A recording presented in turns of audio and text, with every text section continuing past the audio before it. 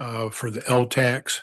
So the long-term acute care hospitals are having, they pay into the Medicaid program, but they don't get Medicaid reimbursement. So it's certainly an issue for them. We're trying to look at a solution.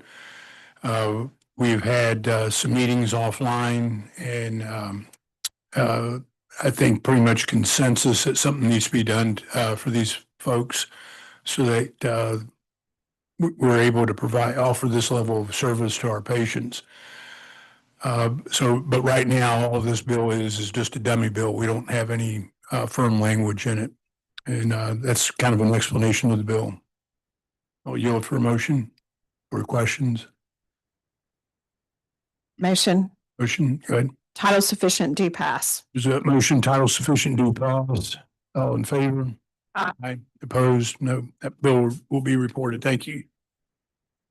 The next bill is our what we call our tech bill. And it's substantially lighter than it has been in the past years.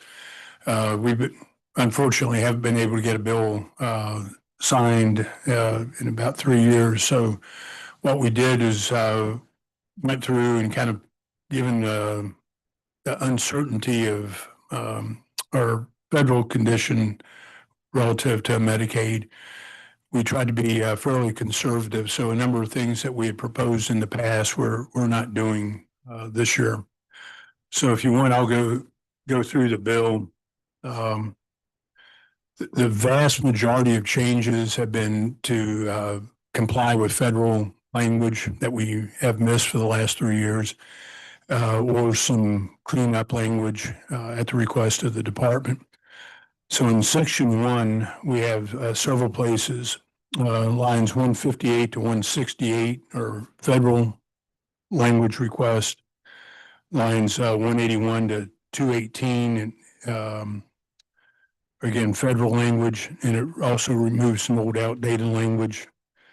Line 279 in chapter 21 added federal language. Line 320 to 322, again, federal language request. Lines 333 to 348, again, more federal language. In section 2, line 397, we changed shall to may. And we did this in several places in order to give the department more latitude in dealing with changes that may be coming down the pike. Lines 413, 417, again, shall to may. And in this one, we reduced from 42 days to 21 days in which people can be in an immediate care facility, not being there, and Medicaid paying them 100%.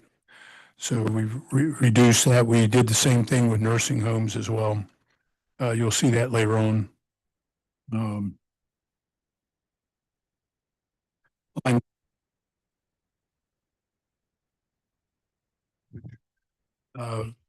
that not work?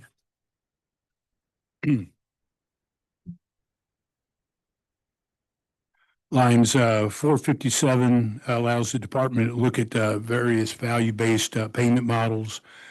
Line 501, we added pediatricians to the list, although I'm told we currently do cover them at 100%. In line 599, we removed some outdated language. Line 637, we changed the shall to may, and this is where we reduced from 63 days to 31 days nursing home. Line 662 increased from 80% to 85% in terms of reimbursement to the ambulatory surgery centers.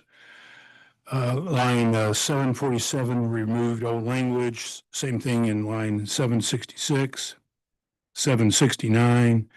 And in removing that language, we also allowed for alternative payment models.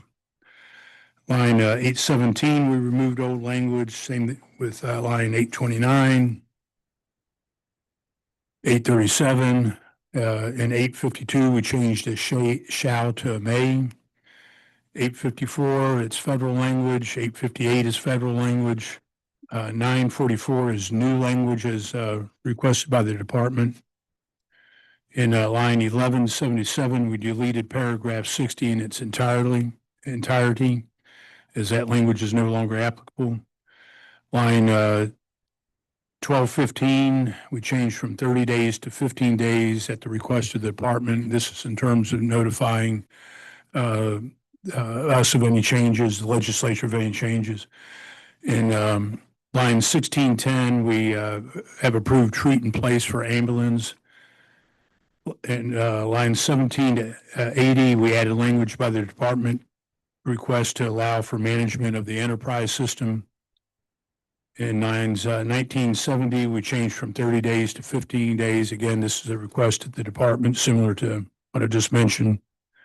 20 in section 4, lines 2074, it's new language on prior approval by the requested by the department. 2101 is cleanup. The section 6, 2177 allows for supplemental payments to hospitals. And in section 7, line 2468 was new language reestablishing the Medical Advisory Council, which had been gone by the wayside during our past 3 years. And that's a quick explanation of the bill. I'll yield for questions. Yes, sir. Senator Blunt. Yes, I think we have to know. Thanks, Mr. Chairman. I think I heard you say that most of this is in the table that we've seen the past couple of years. Yes, I'm sorry. I think I heard you say that most of the changes in this bill have been included in the table from prior sessions that would where we actually reduced some of the changes that we were making, and pretty much now it's basically federal language or removing old language and cleaning up some language at the request of the department. The new things that we were adding were we increased ambulatory surgery centers from 80% to 85%.